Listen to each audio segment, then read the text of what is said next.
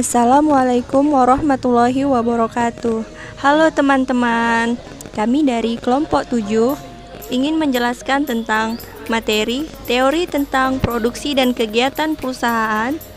Sebelum kita mulai videonya, kami ingin memperkenalkan diri. Saya sendiri yang bernama Sri Dayani dan teman saya yang bernama Santi Sri Ananda. Langsung saja kita mulai videonya. Bentuk-bentuk organisasi perusahaan ada 3, yaitu yang pertama perusahaan perseorangan, yang kedua perusahaan perkongsian atau firma, dan perusahaan terbatas. Perusahaan perseorangan adalah organisasi perusahaan yang terbanyak jumlahnya dalam setiap perekonomian. Tetapi sumbangannya kepada keseluruhan produksi nasional tidaklah terlalu besar karena kebanyakan dari usaha tersebut dilakukan secara kecil-kecilan, yaitu modalnya tidak terlalu besar dan begitu pula dengan hasil produksi dan penjualannya. Perusahaan perkongsian atau firma. Orang-orang yang tergabung dalam perusahaan ini, beberapa di antaranya memiliki tanggung jawab yang tidak terbatas. Jadi, semua orang yang tergabung dalam perusahaan ini sepakat untuk menanggung secara bersama-sama kewajiban yang terjadi. Modal perusahaan dikumpulkan dari anggota-anggota perkongsian. Ada kalanya mereka juga meminjam modal dari lembaga keuangan. Beberapa keuntungan dari perusahaan ini adalah mudah untuk didirikan, pengambilan keputusan cepat, dan pengelolaan dapat mengambil uang kapan saja. Sedangkan kelemahannya adalah sukar untuk mendapatkan tambahan modal dari pihak ketiga. Perseorangan terbatas. Seperti perseorangan dan negara-negara maju, sebagian besar hasil produksi nasional yang diciptakan oleh perusahaan seperti ini. Perseroan adalah perusahaan yang dimiliki oleh seorang atau lebih yang menjadi pemilik saham perseroan tersebut. Keunggulan perseroan ini adalah tanggung jawab terbatas, sehingga biaya modal menunjukkan untuk ditekankan serendah-rendahnya mungkin untuk dipercaya oleh pemilik baik dalam bentuk lembaga ataupun perorangan. Bentuk lain organisasi perusahaan, yaitu perusahaan milik negara dan perusahaan koperasi. Perusahaan milik negara lebih dikenal sebagai BUMN. Pada umumnya, perusahaan negara dikelola seperti perusahaan perseroan terbatas. Perbedaannya terletak pada pemilik perusahaan tersebut, yaitu saham-saham dari perusahaan negara dimiliki oleh pemerintah. Sedangkan perusahaan koperasi adalah perusahaan yang didirikan bukan untuk mencari keuntungan, tetapi untuk melindungi para anggotanya. Dalam teori ekonomi, berbagai jenis perusahaan dipandang sebagai unit-unit badan usaha untuk memiliki tujuan yang sama serta keuntungan yang sama. Faktor-faktor produksi telah dijelaskan dapat dibedakan menjadi 4 golongan, yaitu tenaga kerja, sumber daya alam, modal dan keahlian, serta kewirausahaan. Dalam menentukan aspek yang kedua, menentukan komposisi faktor produksi yang akan meminimumkan biaya produksi. Produsen perlu memperhatikan 1. Pesan pembayaran kepada faktor produksi tambahan yang akan digunakan.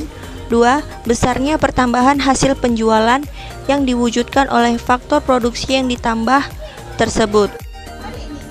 Analisis kegiatan produksi perusahaan dikatakan dalam jangka pendek apabila sebagian faktor produksi dianggap sebagian dari faktor produksi jumlahnya, sedangkan dalam jangka panjang faktor produksi dapat mengalami perubahan.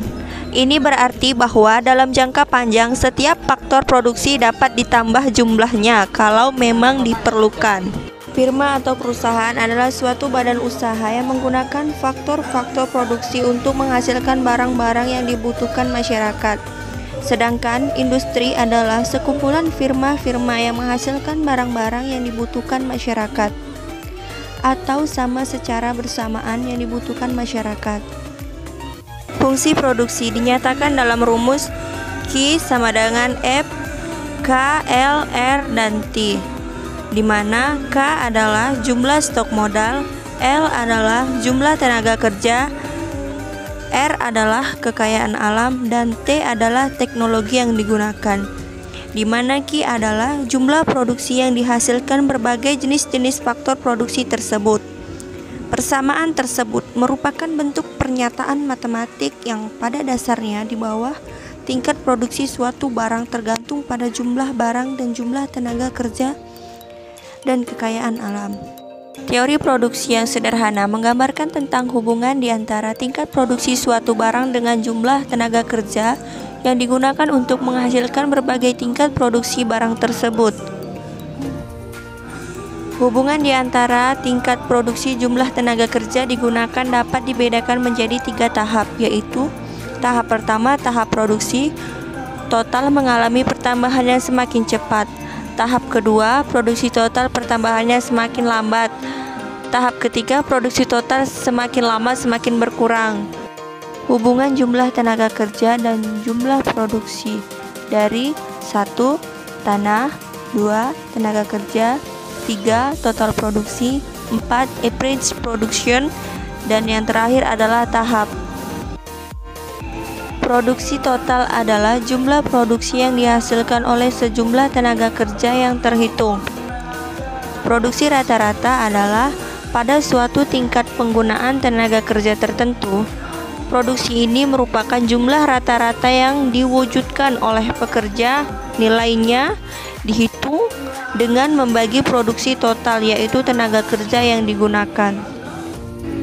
Produksi marginal adalah tambahan produksi yang akan berlaku apabila seunit atau seorang tenaga kerja bertambah. Produksi marginal dapat dihitung dengan cara produksi total dibagi dengan pertambahan tenaga kerja atau L. Produksi rata-rata dapat dihitung dengan cara AP sama dengan produksi total dibagi pertambahan tenaga kerja atau L. Kurva produksi total. Produksi rata-rata dan produksi marginal terdiri dari 3 tahap. Kurva ini dipengaruhi oleh jumlah produksi dan jumlah tenaga kerja. Tingkat produksi akan mengalami perubahan apabila faktor produksi yaitu tenaga kerja terus-menerus ditambah dengan faktor-faktor produksi dianggap tetap. Jumlahnya yaitu tidak dapat diubah lagi. Kurva kepuasan sama yaitu kurva yang menggambarkan gabungan dua faktor produksi yang akan menghasilkan suatu tingkat produksi tertentu. Kurva ini dipengaruhi oleh modal dan tenaga kerja.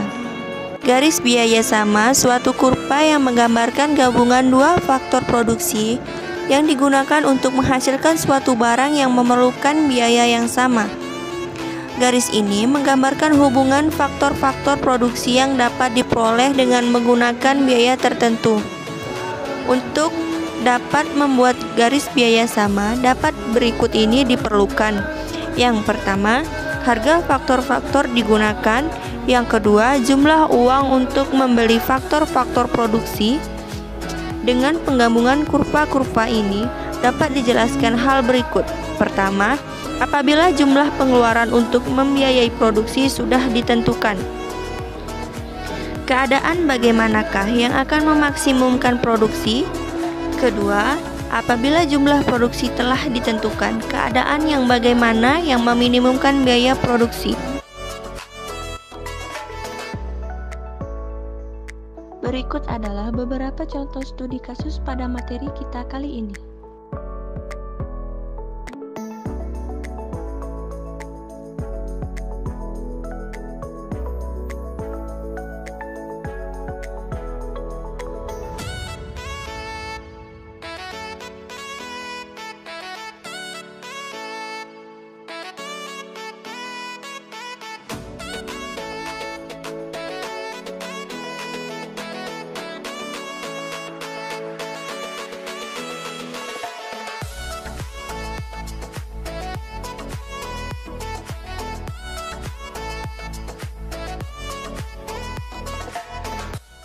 Oke, terima kasih kepada teman-teman semua yang telah menonton video kami mengenai teori tentang produksi dan kegiatan perusahaan. Semoga video ini bisa bermanfaat dan menambah wawasan kita semua. Sampai jumpa di lain waktu. Assalamualaikum warahmatullahi wabarakatuh.